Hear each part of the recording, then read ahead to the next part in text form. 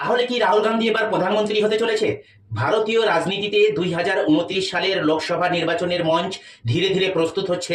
এবার কংগ্রেস নেতা রাহুল গান্ধী শুধু বিরোধী নেতা হিসাবেই নয়, বরং সম্ভাব্য প্রধানমন্ত্রী পদপ্রার্থী হিসেবেও নিজের রাজনৈতিক ক্ষেত্র অলরেডি প্রস্তুত করে ফেলেছেন বলে মনে হচ্ছে।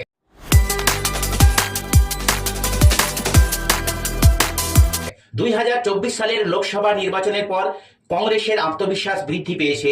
প্রধান কারণ হলো রাহুল গান্ধীর পরবর্তী রাজনৈতিক ভাবমূর্তি, তার ঘন ঘন জনসম্পর্ক সফর, সামাজিক ন্যায় বিচারের আখ্যান এবং আঞ্চলিক দলগুলির সঙ্গে বাস্তবসম্মত জোট গঠনের কৌশল।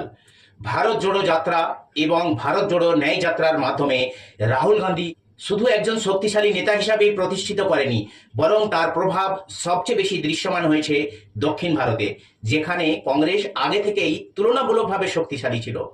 তামিলনাড়ুতে ডিএমকে জোটের মাধ্যমে কংগ্রেসের অবস্থান আরও শক্তিশালী হয়েছিল, কিন্তু 2026 সালের বিধানসভা নির্বাচনের ফলাফলের পর কংগ্রেস দল, বিশেষ করে রাহুল গান্ধী, তামিলনাড়ুর পরবর্তী আবহাওয়া আঁচ করতে পেরে ডিএমকের সঙ্গে সম্পর্ক ছিন্ন করেন। থেলাপতি বিজয়ের নেতৃত্বে টিভিকে চ্যানেলের সাফল্য সেখানে একটি জোট সরকার গঠনে সক্ষম হয়েছে। 2024 সালে সর্বভারতীয় জোট সেখানে উল্লেখযোগ্য সমর্থন পেয়েছিল এবং 2029 সালের মধ্যে রাহুল গান্ধী থেলাপতি বিজয়ের জুটি বিজেপির বিরুদ্ধে সবচেয়ে শক্তিশালী শক্তি হয়ে উঠতে পারে। কেরালায় কংগ্রেস নেতৃত্বাধীন ইউডিএফ এর একটি শক্তিশালী ভিত্তি রয়েছে এবং এখন সেখানে কংগ্রেসের সরকার রয়েছে। রাহুল গান্ধীর ওয়াইনাড আসনটি দক্ষিণে তার আবেগপূর্ণ সংযোগকে আরো শক্তিশালী করে রেখেছে, যেখানে প্রিয়াঙ্কা গান্ধী এখন প্রচার করছেন। আর কর্ণাটক কংগ্রেস সরকারের একটি প্রধান রাজনৈতিক ঘাঁটি। যদি সিদ্ধারামাইয়া এবং ডি.কে শিবকুমার জুটি সরকার বিরোধী মনোভাব নিয়ন্ত্রণ করতে পারে, তবে কংগ্রেস সেখানে 15 থেকে 20টি লোকসভা আসন জিতে তাদের সাফল্যের পুনরাবৃত্তি করতে পারে। তেলেঙ্গানায় রেবন্ত রেড্ডি সরকার গঠনের পর কংগ্রেস দ্রুত বিজেপি এবং বিএসপি উভয়ের দখলে থাকা জায়গাটিকে দখল করার চেষ্টা করেছে। অন্ধ্রপ্রদেশে কংগ্রেস বর্তমানে দুর্বল, কিন্তু ভবিষ্যতে আঞ্চলিক দলগুলোর সঙ্গে কৌশলগত বোঝাপড়া হলে কিছু আসনে তাদের ঘুরে দাঁড়ানোর সম্ভাবনা তৈরি হতে পারে। উত্তর ভারতে সবচেয়ে বড় পরিবর্তন দেখা যাচ্ছে উত্তরপ্রদেশ এবং মহারাষ্ট্রে। উত্তরপ্রদেশে সমাজবাদী পার্টি এবং কংগ্রেসের জোট যদি 2029 সাল পর্যন্ত টিকে থাকে, তবে বিজেপির জন্য একটি বড় চ্যালেঞ্জ আরো বাড়তে পারে, কারণ 2027 সালের বিধানসভা নির্বাচন একটি সেমিফাইনাল হিসাবে ধরা হবে। আর 2024 সালে বেশ কয়েকটি আসনে বিরোধী দলের ভোট স্থানান্তর সফল বলে মনে হয়েছে।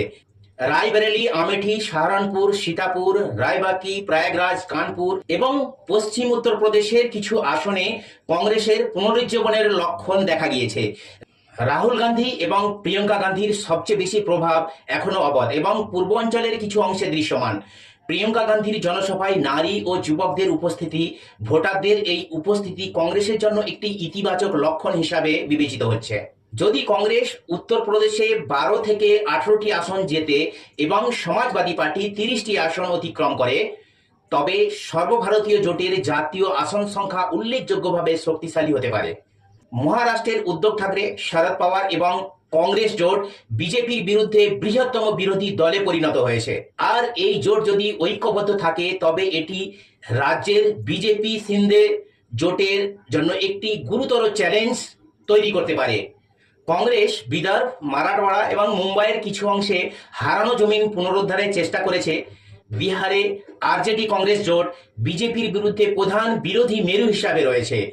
আর তেজস্বী যাদব এবং রাহুল গান্ধী যুব রাজনীতি, বেকারত্ব, জাতীয় জনগণনা এবং সামাজিক ন্যায় বিচারের মতো বিষয়গুলিতে একটি অসাধারণ খান তৈরি করতে পারে। বিহারে বিরোধী দল যদি 20টিরও বেশি আসন জেতে, তবে তা জাতীয়ভাবে একটি বড় প্রভাব ফেলবে। মধ্য ভারতে মধ্যপ্রদেশ, ছত্তিশগড় এবং রাজস্থান কংগ্রেসের জন্য অত্যন্ত গুরুত্বপূর্ণ রাজ্য হবে। যদিও মধ্যপ্রদেশে কংগ্রেস ক্ষমতার বাইরে, কমলনাথ, দিগ্বিজয় সিং এবং জিতু পাটোয়ারির মতো তরুণ নেতৃত্বের সমন্বয়ে দলটি এখনো অনেক এলাকায় প্রতিযোগিতায় টিকে রয়েছে। ছত্তিশগড়ে ভূপেশ বাঘেলের গ্রামীণ রাজনীতি এবং কৃষক কেন্দ্রিক মডেল কংগ্রেসকে শক্তিশালী রাখতে পারে। আর রাজস্থানে সরকার বিরোধী ঢেউ প্রায়শই দিক পরিবর্তন করে, তাই কংগ্রেস সেখানে প্রত্যাবর্তনের আশা করছে। হরিয়ানায় জাট রাজনীতি এবং কৃষক আন্দোলনের প্রভাবে কংগ্রেস আগের চেয়ে আরো ভালো অবস্থানে রয়েছে বলে মনে করা হচ্ছে। পাঞ্জাবে আম আদমি পার্টি এবং কংগ্রেসের মধ্যে অবশ্যই প্রতিযোগিতা রয়েছে, কিন্তু সেখানে বিজেপির শক্তি বর্তমানে সীমিত। ভবিষ্যতে যদি কোনো কৌশলগত বোঝাপড়া হয় তবে বিরোধী দল লাভবান হতে পারে। পূর্ব ভারতের সবচেয়ে জটিল রাজ্য হলো পশ্চিমবঙ্গ। টিএমসি, কংগ্রেস এবং বাম জোটের মধ্যকার জোট বিজেপি বিরোধী ভোটের ভবিষ্যৎ নির্ধারণ করবে বলে আশা করা হচ্ছে। ঝাড়খণ্ডে জেএম কংগ্রেস জোট শক্তিশালী এবং এই শক্তি যদি 2029 সাল পর্যন্ত বজায় থাকে তবে এর প্রভাব বেশ ইতিবাচক হতে পারে। উড়িষ্যায় নবীন পট্টনায়কের পরবর্তী রাজনৈতিক পালাবদল কংগ্রেসের জন্য সুযোগ তৈরি করতে পারে। আসাম এবং উত্তর পূর্বাঞ্চলের কংগ্রেস এখনো সংগ্রাম করছে, কিন্তু কিছু আসনে জোট রাজনীতি দলটিকে প্রাসঙ্গিক রাখতে পারে। আজকের রাজনৈতিক পরিস্থিতির ওপর ভিত্তি করে যদি আমরা একটি ইতিবাচক নির্বাচনী হিসাব করি তবে কংগ্রেস একাই দক্ষিণ ভারত থেকে প্রায় 60 থেকে 70টি আসন এবং মহারাষ্ট্র থেকে 15টি থেকে 20টি আসন এবং উত্তরপ্রদেশে 12টি থেকে 18টি আসন, আর বিহার থেকে 6 থেকে 8টি আসন, রাজস্থান, মধ্যপ্রদেশ, ছত্তিশগড় থেকে 20 থেকে 25টি আসন এবং বাকি রাজ্যগুলি থেকে 20 থেকে 25টি আসন পেতে পারে। এই পরিস্থিতিতে কংগ্রেস একাই 140 থেকে 170টি আসনে পৌঁছানোর সম্ভাবনা দেখা যাচ্ছে।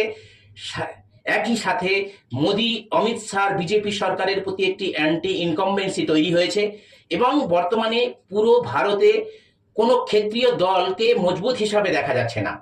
আর মমতা বন্দ্যোপাধ্যায় যদিও ছিলেন তা এখন আর দেখা যাচ্ছে না।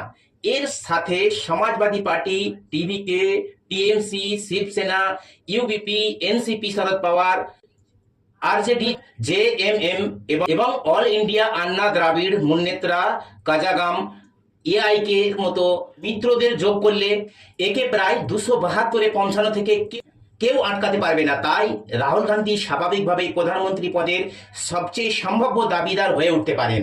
রাহুল গান্ধীর রাজনীতির সবচেয়ে বড় পরিবর্তন হলো তিনি আর নিজেকে মোদী বিরোধী রাজনীতিতে সীমাবদ্ধ রাখতে চান না। তিনি বেকারত্ব, সামাজিক ন্যায় বিচার, সংবিধান, জাতিভেদ, জাতিগত আদমশুমারি, রাজনৈতিক বৈষম্য এবং প্রাতিষ্ঠানিক ভারসাম্যের মতো বিষয়গুলিতে মনোযোগ দিচ্ছেন। এই কারণেই তরুণ ভোটার, ছাত্র, বেকার এবং উদারপন্থী শ্রেণীর মধ্যে তার গ্রহণযোগ্যতা আগের তুলনায় অনেক অনেক বেড়ে গেছে। তবে বিজেপি সংগঠন, সম্পদ, নেতৃত্ব এবং জাতীয়তাবাদের দিক থেকে খুবই শক্তিশালী। নরেন্দ্র মোদীর জনপ্রিয়তা এবং বিজেপির বুথ নেটওয়ার্ক বিরোধীদের জন্য একটি বড় চ্যালেঞ্জ হয়ে থাকবে। তবে বিরোধী জোট যদি আসন ভাগাভাগিতে বাস্তববাদিতা দেখায়, আঞ্চলিক নেতাদের অহংকার বোধকে নিয়ন্ত্রণ করে এবং রাজ্যভিত্তিক শক্তিশালী স্থানীয় প্রার্থী তুলে আনে, তাহলে 2029 সালের নির্বাচন 2019 এবং 2024 সালের চেয়ে অনেক বেশি প্রতিদ্বন্দ্বিতাপূর্ণ হতে পারে। রাজনৈতিকভাবে রাহুল গান্ধীর প্রধানমন্ত্রী হওয়ার পথ কেবল কংগ্রেসের আসনেরই ওপরে নয়, বরং ইন্ডিয়া জোটের ঐক্য, আঞ্চলিক দলগুলোর সমন্বয় এবং বিজেপি বিরোধী ভোটের কার্যকর মেরুকরণের উপরই নির্ভর করবে। যদি দক্ষিণ ভারতে কংগ্রেসের ক্রমবর্ধমান প্রভাব, উত্তর ভারতের জোট ভিত্তিক পুনরুত্থান এবং সামাজিক ন্যায় বিচারের নতুন রাজনীতি একত্রিত হয় তবে 2029 সালে ভারতীয় রাজনীতি একটি অন্যতম আকর্ষণীয় মোড়ে পৌঁছাতে পারে। আর অবশ্যই রাহুল গান্ধী প্রধানমন্ত্রী হতে পারেন।